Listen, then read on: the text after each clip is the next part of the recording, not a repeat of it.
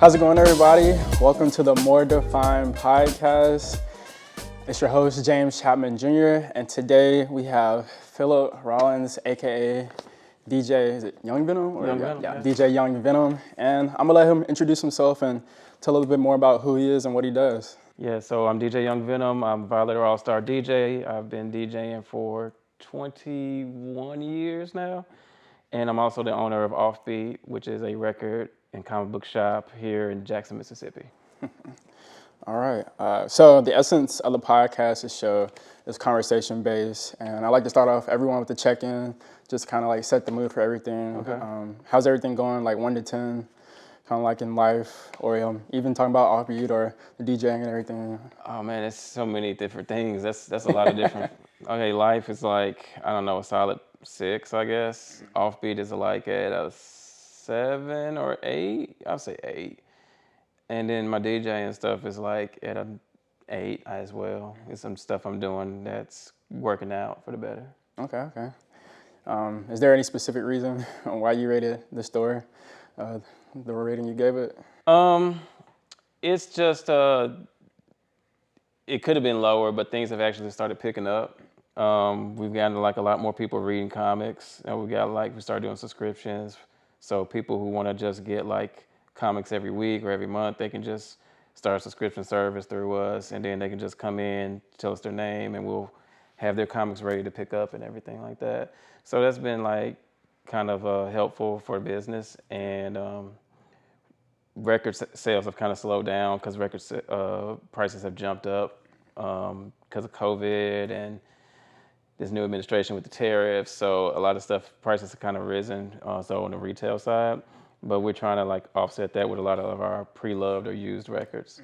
So we get collections in every so often. So we just got like over 700 records in this past week. And so I'm just trying to go through those as fast as I can and get them on the floor, but I'm out of floor space. So I'm just like, hey, come look through these records. Yeah. Okay. For me, I would say everything is about like an 8. I try to stay kind of even keel around the same number. Yeah. Life is going good. Work for me is going well. I'm back with the podcast, as I've been saying the last couple episodes and everything. So definitely upbeat about everything. All right, my first real question. This is something that I ask all my guests. At what moment did you know, or did somebody else tell you that you had, I guess for this one, like the passion for music? When did somebody tell me I had the passion for music?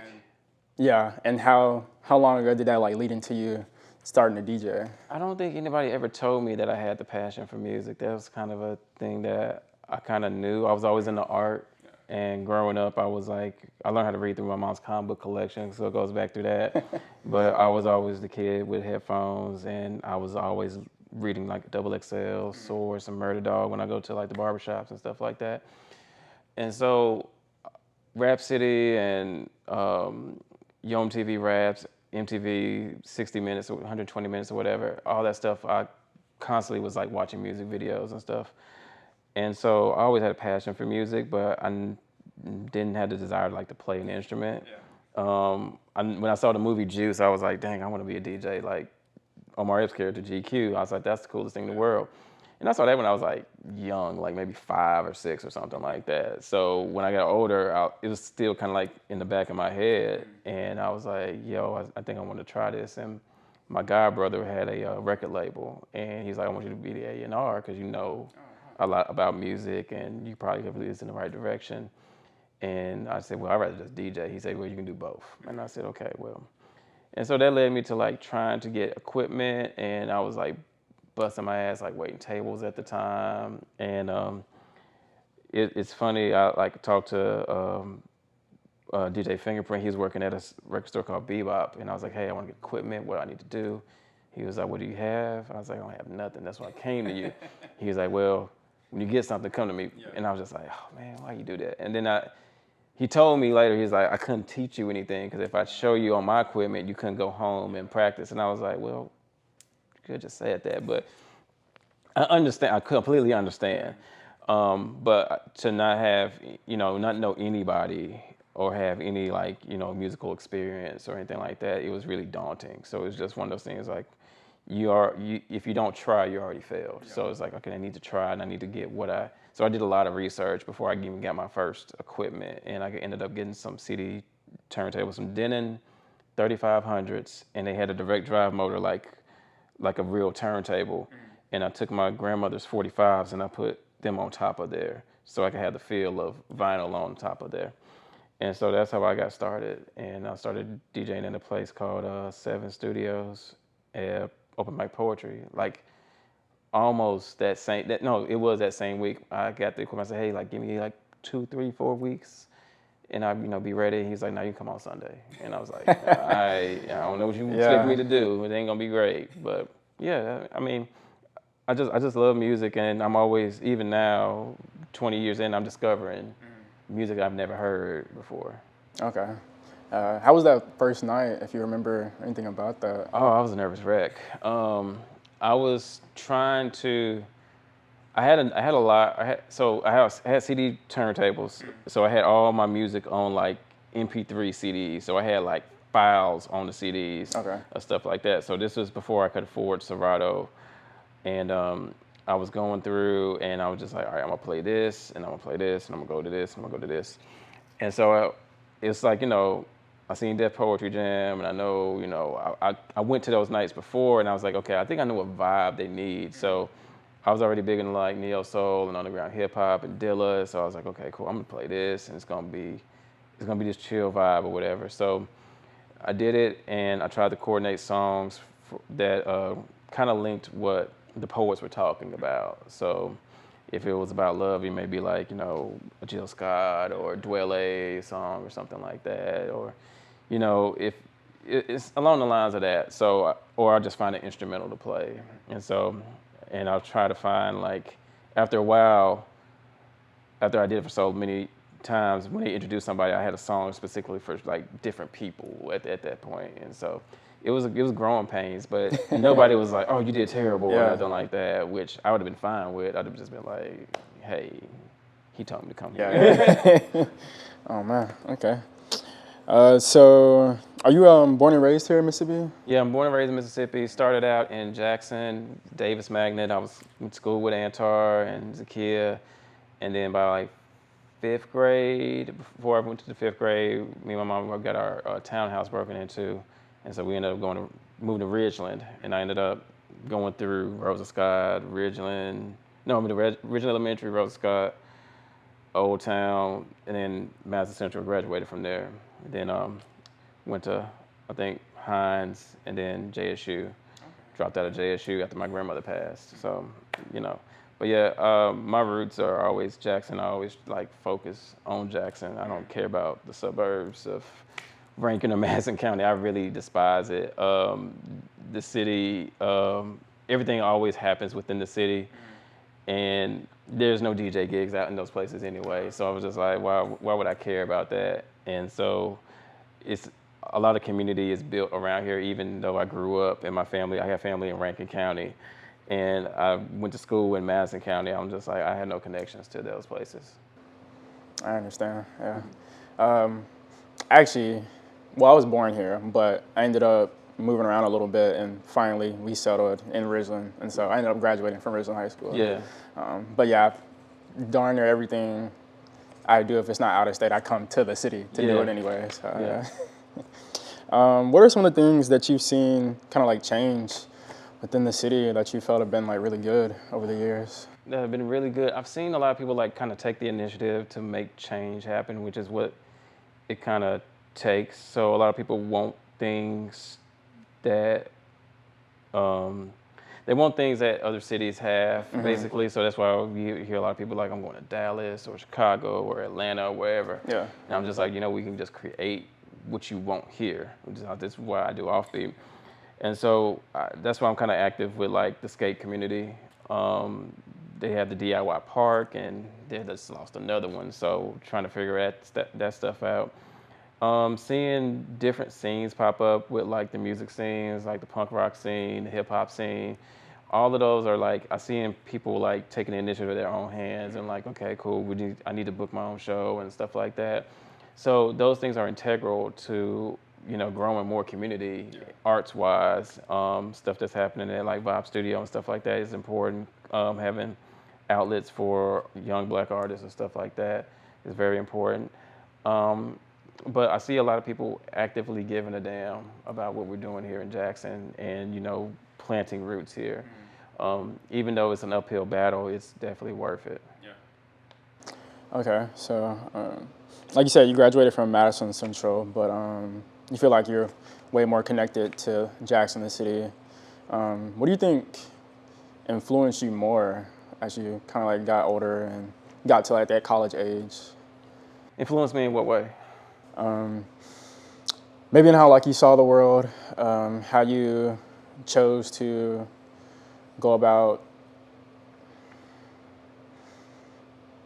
like expressing yourself and like the things that you were passionate in back then and everything. So, like I read a lot. Like I would just sometimes go to like the bookstore, Barnes and Noble or whatever at the time, and just if I wasn't buying it, I would, you know, read it there. So, all the hip hop magazines, Complex, those are like big influences in how I think and how I perceive art. It's a magazine that was called Juxtapose, and I learned a lot about different artists and art around the world. And then during like the early 2000s, like we had like chat rooms and blogs and all that stuff and forums. So okplayer.com, learned about Little Brother through there.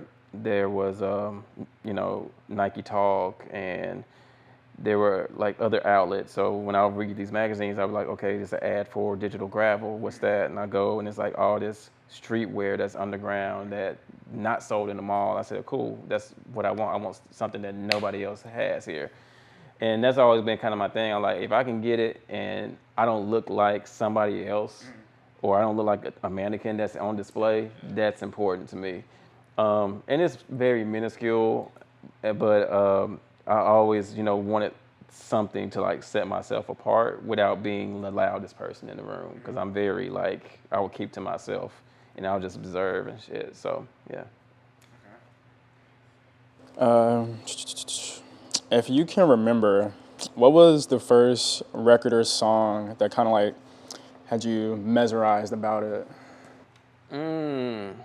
Man, that's tough. I don't even think I heard it. I just seen the cover, and it was my mom had a copy of it, and we didn't even have a record player in the house, if I recall. But it was Shaka Khan's "I Feel for You," and it was like this kind of painted cover, kind of sketched like brush strokes and everything like that. So. And then I eventually heard it, of course, but it's just like seeing that. I was like, pull that drawer out so I can watch Ninja Turtles, and I see that record, and I'm just look at it, and I'm just like, dang, what is this? Like, it looks crazy. Like, and I knew who Shaka Khan was, but I mean, there's so many songs I can go through. I can't name just like, this is the one song that changed everything for me. It's impossible for me to do that. What were some of those earlier songs though? Okay, then probably Stevie Wonder's "Living for the City." Definitely Shaka Khan's "Hollywood." I remember hearing that on the radio. I mean, I'm a big Stevie Wonder fan. Like he the GOAT. So I'm like, You Will Know, as like it's. I can go on and on with his catalog, and then the stuff that I heard, like, you know, growing up, going to cookouts, you know, stuff like that. So seeing War, seeing who did I see? Seeing the Gap Band at the Fair Street Festival and stuff back in the day was pretty influential with my uncle and aunt. So those were like kind of core memories ingrained into me in my earlier years, basically. Yeah. Okay. Something that my mom brings up to me, and I kind of am jealous about it now, is the fact that she was able to go to concerts like that here, or even just within the state. What was some of your best memories from kind of going to some of these concerts and festivals? Man, Fair Street Festival, I wish we can get back to how it was. I really wish. But it was kind of surreal because it was like Fair Street, it wasn't like a bunch of stores open, but it was a bunch of like vendors and stuff. And I remember just walking around trying not to get lost. And my cousin, she was with me. And, you know, this was like a time there was always a bootleg, man. So I think Drama was out, the left, right song. He sounded like Pastor Troy knockoff. Great tracks, but you know, it was like, it was the Army fatigue era and stuff. So in Georgia apparently.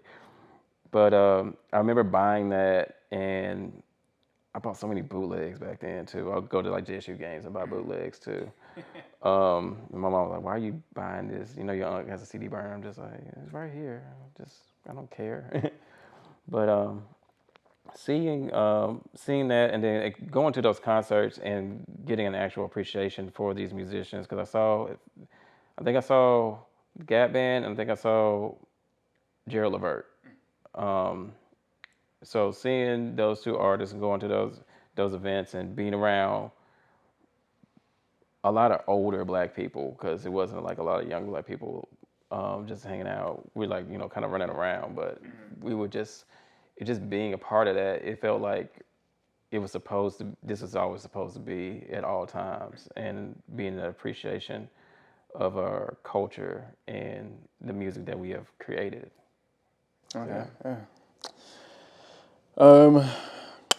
You talked about seeing Juice and seeing one of the characters there, and that was kind of like your first introduction to like, oh, okay, I think I want to be a DJ. Yeah. Or like get into DJ and everything. What led you to choosing your name? Read comic books, man. kind of self-explanatory.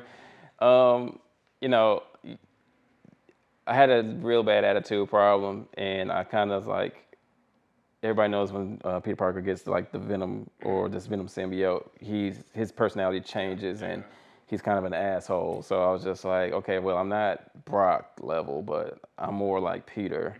So that's where Young Venom comes from. Oh, okay. And then I always like, everybody's like, oh, you look so young, you look so young. And even today, people think I'm not my age, which is a whole nother story. But it's just one of those things. I was like, because somebody was like, oh, you're like, when are you gonna be old Venom? I was like, when Kid Capri is not Kid Capri anymore. Yeah. So it's one of those things. I'm like, DJs, we don't get old, because we always have our finger on the pulse, and you know, we always, you know, lead with stuff.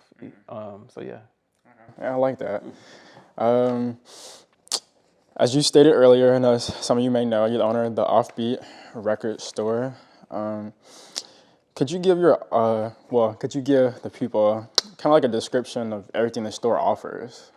Okay, so OffBeat is what I coined the term as an alternative culture store. So we sell records, comic books, manga, designer toys, anime figures, and we run as an art gallery for young minority artists to showcase and sell their work. What would you say if you had just like a random person walk in? Like, what is your favorite part of the store? I don't have one. I don't have a favorite part of the store. That's like choosing your favorite child. That's not really a thing. I don't know. Some days it's the records. Some days it's comics. Some days it's, you know, figures. It just depends on what I have in here. Yeah, I don't have a favorite. It changes day by day, or week by week, depends on when it is. Yeah. But you know, I'm just here to bring something and fill a void that the city didn't have. And I knew a comic book shop or a record store wasn't going to stand alone and survive. So I said, let me combine these two, and they'll support each other. Okay. Yeah. What do you think about the younger people, like high school age, or maybe even younger, who find about the store and come in and get a chance to explore everything? I think it's cool. I think they're still kind of learning, because it's just a generation gap now, because I grew up going to stores like this or in similar fashion, and then you have a lot of high schoolers and they grew up with a phone in their hand and they can always just order something online. And so when they see like, oh, it's a record or a comic book, and they're like, well, I can just read a scanlation of this manga on my phone, like, why would I buy this? And they're like, yeah, you know, it's kind of hard to argue with that logic, but I like owning and collecting things. So it's like trying to explain that. But I every so often I'll get people that come in that have a true appreciation of art, which is what all this stuff is. and trying to, just show them like, hey, if you really like something, or if you want to support the artist, you need to like really like buy into what they do. That's how they will keep continuing and doing what they do. So, yeah. Do you think there's been a diminished value, like you were kind of saying, that generation gap in appreciation for CDs and vinyls? Yeah, definitely. It's there with the vinyl resurgence, the industry has focused on like older white men and not the black demographic at all, not even like older black people per se. So, and I'm just like, these are the people that have the disposable income, and a lot of teenagers, college students don't have disposable income to pay $40 a record, $30 a record every time. So I'm getting people asking for like CDs, and I do special order for CDs, but I just don't have the room to carry CDs and vinyl, and so I have to kind of pick and choose. But I have no problem doing special orders. But it's one of those things where people kind of have trying to get a grasp on like, okay, why should I collect this? And I'm just like, well, if you are like, I always tell people like, you have a night at the crib with your friends, everybody bring a record, y'all play records, drink, whatever you do, whatever your vice is. And it's one of those things where you kind of just build memories with and stuff like that. And then it's something that you can like pass down to your next generation. Like, this record meant this to me, or I bought this Frank Ocean record or whatever like that, or this Clips record, and this was a moment that you had to be a part of, so, and stuff like that. Or, you buying records to take to a concert out of town and to get the artist to sign it and stuff like that. Because, yeah, I mean, we take for granted, life and stuff like that. And you never know. So whenever there was a concert in town, I would take the records I had and try to get them signed or whatever. So, yeah. You've had the store open for over 10 years now. What drives you to keep it open at this point? I don't know. Stupidity? Probably stupidity. I don't know. I have a lot of people that tell me that this store means a lot to them. Me showing my son that you can like really do whatever you choose to do in life. You don't have to be stuck doing a job that you hate, and so you can like create what you want to do and be successful in it. It may not be like an overnight success. It may be like a slow burn, which is definitely what OffBeat was. And I still don't consider it a success in my eyes, but there are several things that I still want to do that I have not done yet.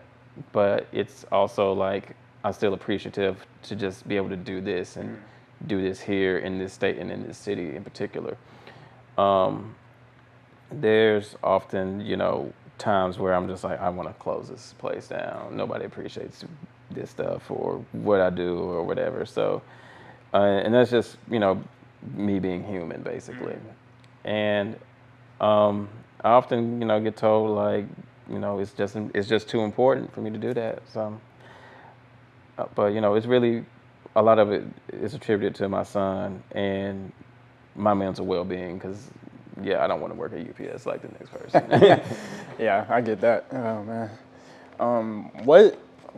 why was it important for you? I know you had a location before this one, but why was it important for you to have this specific location in downtown Jackson? So originally I wanted to be downtown Jackson. I ended up in Midtown because I was the art district. That's where I got my start at DJing, a block away from the original location. And this downtown location was really kind of by happenstance. The old location, my landlord decided he wanted the building and he wanted to do something else with it. So he gave me X amount of time to like move out. And I went past that time because it was like, it's not easy finding a retail. It's not like finding like an apartment. It's way more complicated. This was the last place I looked, and I got a word about it through a mutual friend. He's like, hey, he's not doing nothing with this space. I think he'll rent it out to you. He would probably love to have you as a tenant. I said, okay, cool. And so I remember this being like a co-working space in the past, and I remember speaking at it and everything like that. But there have been other buildings I looked at downtown that I wanted to be at, but they have not, come into fruition for whatever reason.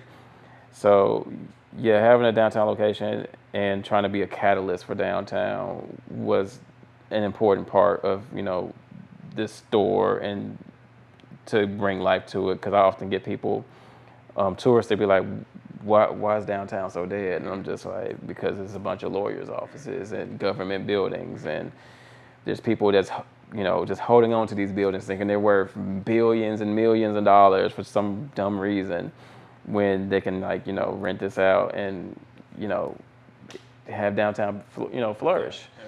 But there are also, I'm on the board for Downtown Jackson Partners, and I don't know why I was nominated, because I'm very, very like, y'all are fucking up, and I'll tell them that to their face.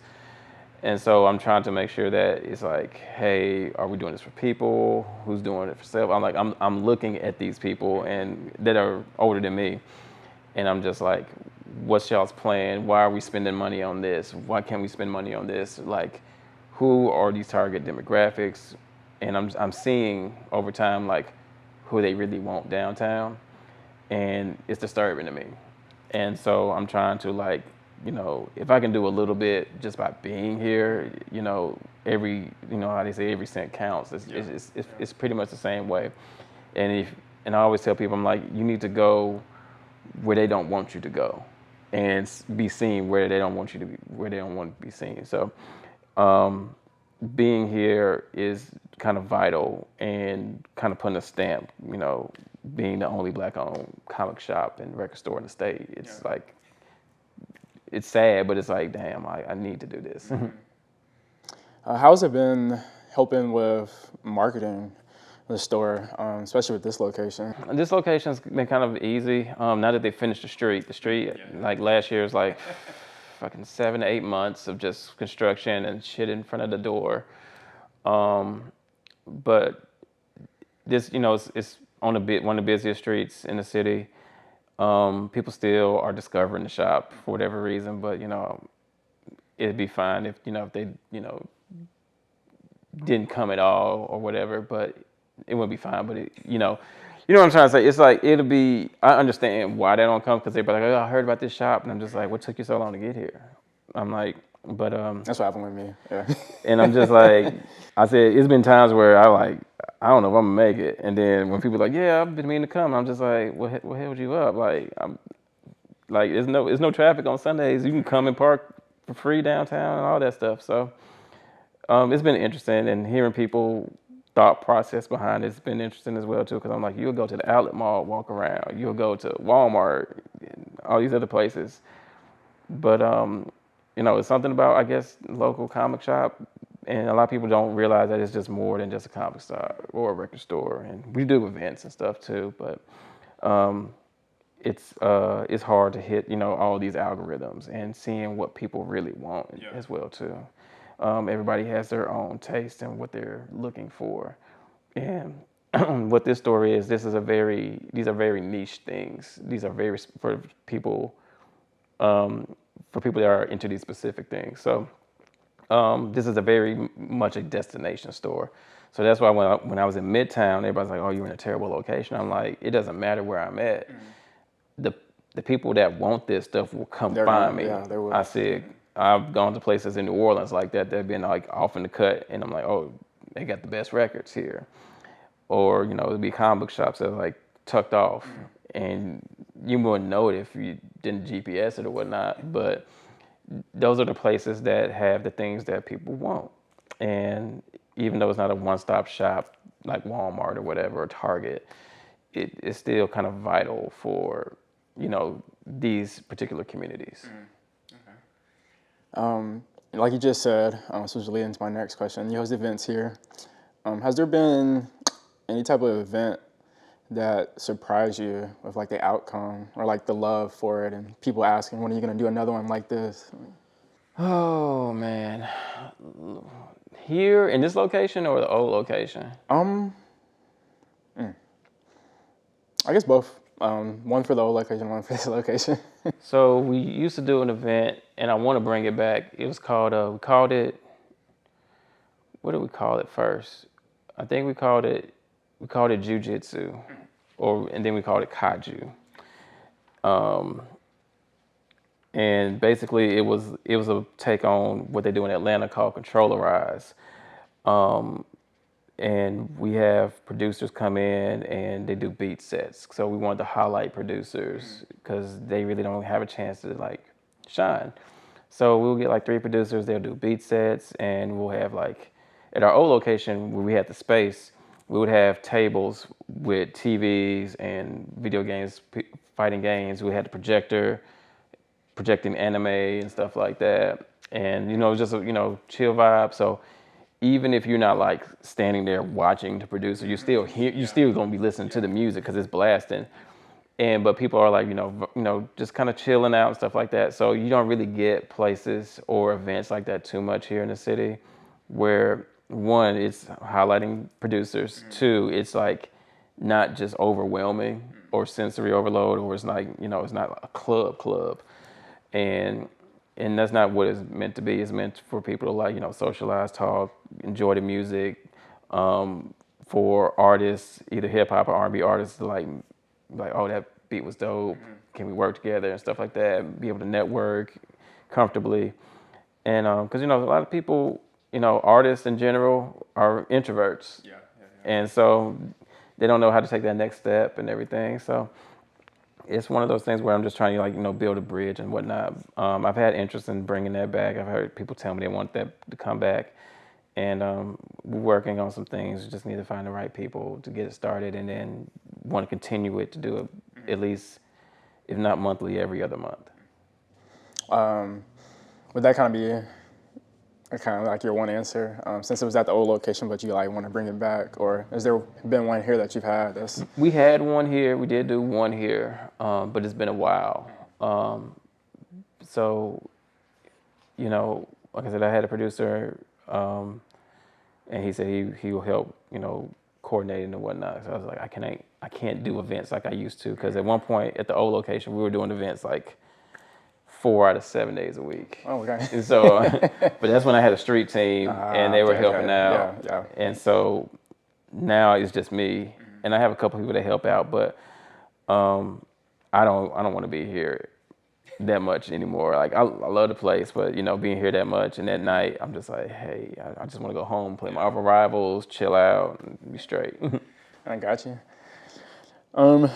You mentioned it earlier, but I'll ask it in this capacity. What does being a father mean to you? It's everything. It's everything. I didn't have a father growing up. I had father figures, but I didn't have a father. So, being in my son's life and helping him become a man to be prepared and what this crazy fucking world is throwing at us now is kind of vital. And he'll be 16 in a month or so, and it's one of those things where I don't take it lightly, and I want the best for him, but I don't spoil him and everything. Like he'll come here and I'll put him to like work. I say, hey, organize comics, man. That's your job. Make bundles. And because he said he wanted to run the shop, and I told him, I said, you don't have to. I can sell this to somebody and be done with it, dude. Like you don't have to work here if you don't want to work here. This is my passion. It's not, you don't have to inherit this. I don't want you to be stressed out with that. So with him, like he's in the band, he's finding his own thing, which I never was in the band. He has a passion for video games, so he may go into esports because that's the whole thing. Yeah. So I'm like, hey, I'll fully support it. But just being there for him and doing as much as I can, and trying to help him like develop his own being, and trying to be like, my thing is like, hey, you can just be yourself, and you don't have to just follow what everybody else is doing. And I try to show him that with like clothes, because that's the simplest thing I can do. I'm like, because I'm like, hey, you wear size 11. Guess what? I got a bunch of former sneakerhead. I got a bunch of shoes you can wear, a bunch of SB Dunks that I kept clean and had so much in rotation that stuff, it wasn't like worn out. So, but he didn't grow up in that era. So that's a whole different thing where it's like, okay,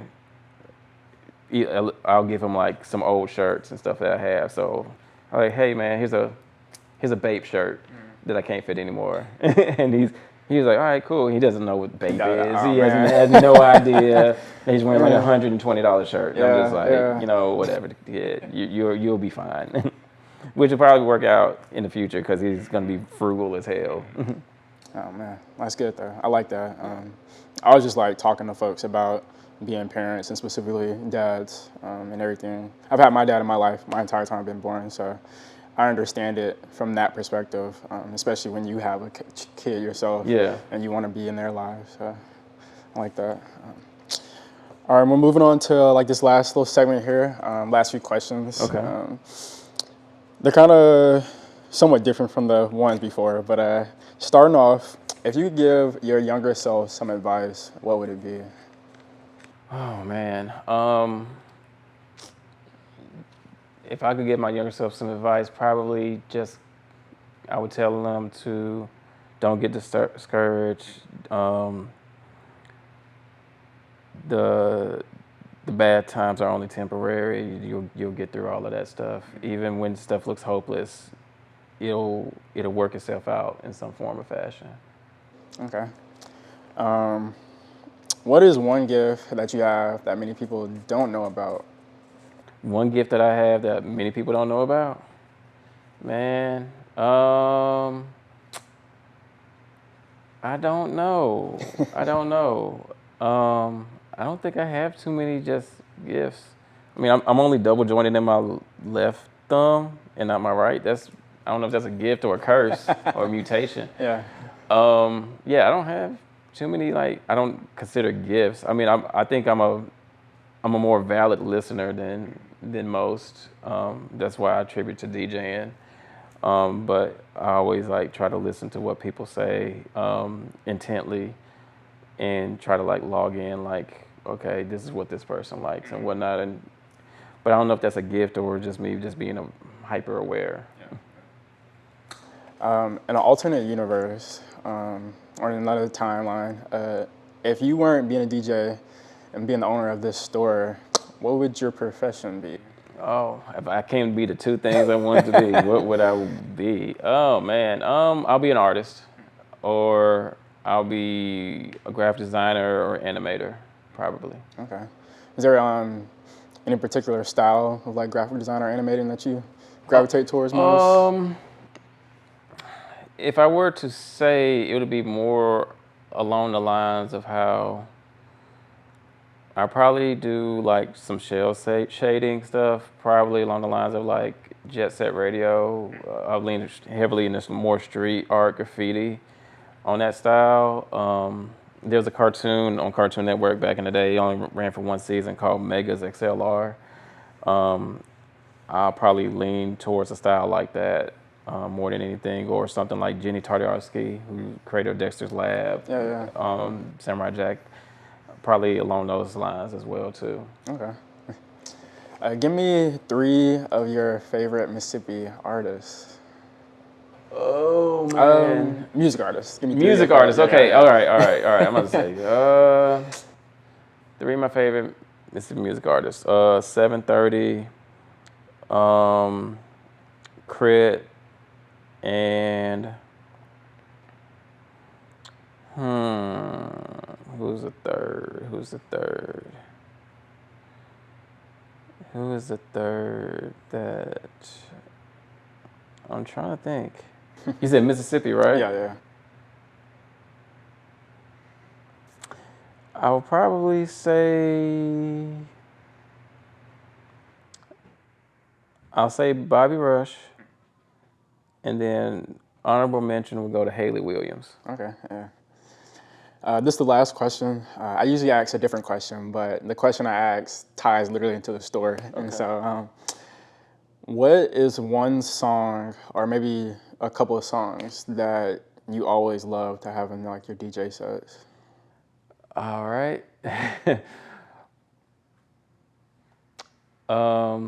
The Theme by Tracy Lee. Anything by Jamiroquai. What's another song that I always play? Campelos, Lucchini.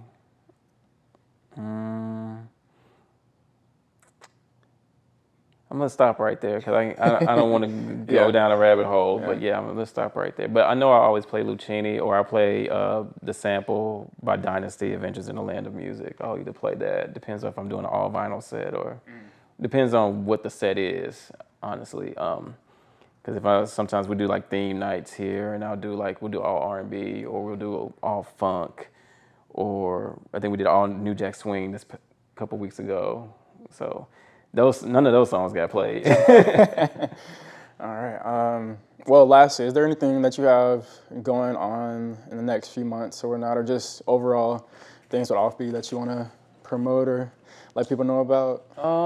So we do Bring Your Own Vinyl Night that we encourage people to come out to, called Breaks and Brews. We do that with DJ Fingerprint and Cooley Spins Wax. They call themselves the 33 and the Third Nerds. And it's kind of like an open mic night, but with vinyl. So it's open decks. You can bring in a couple of records, do a 15-minute set. We'll show you how to work the equipment. And we sell beer, we sell THC drinks here. And so people come in, chill on Sunday evening. And we have that. We have new comic books drop every Wednesday. We have an anime and manga club that meets every second Sunday of the month. I do an event at the Walk-In that's connected to Howlin' Miles called the Needle Drop. So every second and fourth Thursday, I just play music. I don't DJ. Everybody thinks I'm DJing, but I'm not DJing. But I'm just playing like full albums because they bought a record player from me, and so we played on the house system and whatever the theme is. So the one we have coming up is all like house music, garage, and stuff. So we'll be playing like Kaytranada and Jamiroquai and whatever records I have that fits that theme, Daft Punk, Justice, all of that. But we've been doing that for a while, since May, for sure. Let's see, what else do I have coming up? Me and DJ Break 'Em Off, we do an event every so often called Homie, and you can follow it at Homie Jxn on Instagram. And it's an invite-only house party. You just have to ask for an invite through there. And we have one coming up in the very near future, Labor Day weekend, actually. And we'll have a guest DJ as well. So it'll be 3 DJ sets. We record it, put it on YouTube so you can like experience it. But we just want people to come through, dance, meet some new people, and have fun. We have free drinks are included with the admission. DJ Break 'Em Off also has a company called Michael Cordell Eats, and he's a really talented chef, and he'll have pastries there for people to eat and stuff like that as well too. Okay, yeah, that's nice. All right, man. Thank you, Phillip, for the time today and just being able to share some of your experiences and everything, and your passion, obviously, for this specific scene here. Like you said, this is kind of a niche store, but the passion for it here in Mississippi, here in Jackson specifically. Yeah. Thank you. Yeah. All right, guys. This is This is More Defined. We'll see y'all next time. Peace.